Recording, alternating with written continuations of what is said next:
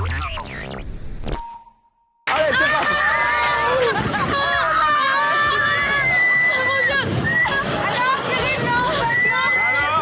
Ça va, Babus? Ça va?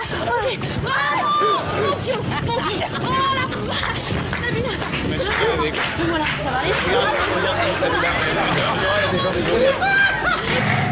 Ah, c'est les sacrés numéros.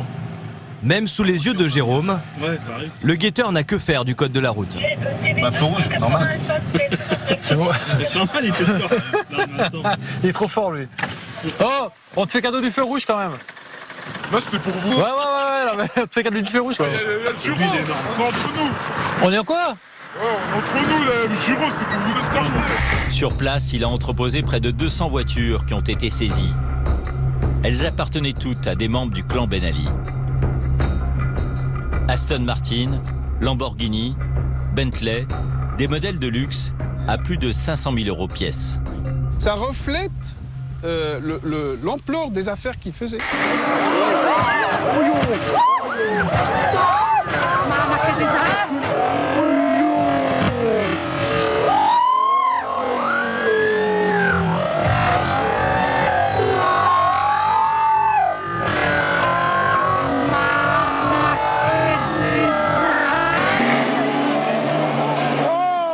Une vidéo réalisée par un spectateur depuis les tribunes et diffusée cet après-midi sur Internet. Elle montre les circonstances exactes de l'accident.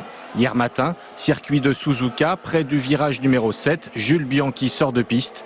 Il percute à vive allure un engin de levage. Et les pilotes qui se mettent maintenant en rond, les pilotes se donnent aussi de la force d'y aller dans 10 minutes en faisant tout ça.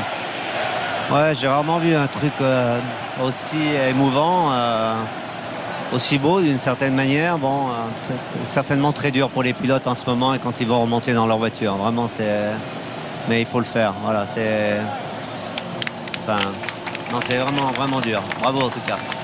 Ce n'est pas un problème qui est uniquement lié à la Formule 1, on l'a vu sur le WTCC ce matin. Et là, on le voit sur une course. Alors là, Olivier, vous êtes doublement impliqué parce qu'il y a votre fils qui prend le départ. Il y a une voiture qui n'a pas réussi, qui s'est sortie dans le tour de formation, de mise en grille.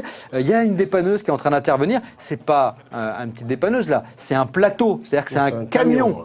Un camion. Et la direction de course lance la course. La victoire et le sacre de Marc Marquez, deuxième de ce Grand Prix du Japon, porté en triomphe par CM Mécano. Deuxième titre consécutif en MotoGP, déjà le 4e de sa carrière, à 21 ans seulement, ce qui fait de lui le plus jeune double champion du monde de l'histoire. Ça vaut bien les félicitations de Valentino Rossi, l'Italien, beau joueur. Allez, on termine avec une course pas comme les autres. Qui a dit que les compétitions automobiles se limitaient aux super sportives? En tout cas, pas les pilotes à bord de ces camions sous stéroïdes. Le week-end dernier, à Madrid, se déroulait la 8e manche du championnat d'Europe de la discipline. Et comme on n'a pas l'habitude de voir de telles images, on vous laisse en profiter.